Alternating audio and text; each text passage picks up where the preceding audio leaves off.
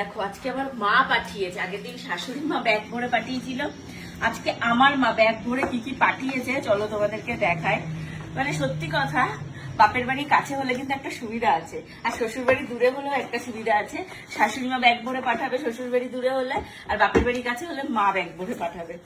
আমার আর বেশি রান্না বান্না করতে হয় না প্রতিদিন, কোনোদিন মা পাঠায়, কোনোদিন আমি অল্প করে স্বল্প রান্না করি। তো আজকে মা কি পাঠিয়েছে চলো তোমাদেরকে দেখাই। এই কোনটা আগে খুলবো, এইটা কি আছে?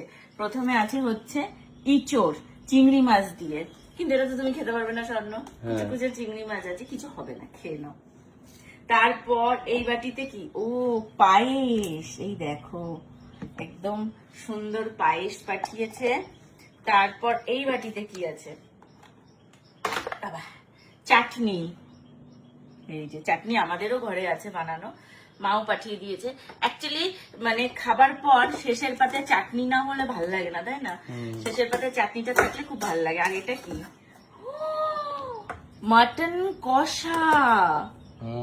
আগের দিন আমি মটন কেন বলেছি তাই নিয়ে একদল আমার উপর ঝাঁপিয়ে পড়েছে। আমি না তো জানতাম মটন হয়, মটন বলে কিছু হয় জীবনে তো জানতাম না। ভাই যে যেটা উচ্চারণ করতে পারে, আমরা কেউ মাটনও বলতে পারি, কেউ মটনও, আর কেউ মাটন বলতে পারি, অনেক কিছু বলা যায়, যে যেরকম ভাবে বলে খুশি হয়। মাটন তো আর পাল্টে যাবে না মটন বললে, মানে কি বলবো, মাটনটা মটন বললে তো আর সেটা চিকেন হয়ে যাবে না, পাল্টে তো যাবে না, আমি সেটাই বলতে চাইছি। তো এই যে মা পাঠিয়েছে মটন কষা, অনেকটা পাঠিয়েছে, আমাদের দুজনের জন্য এনাফ।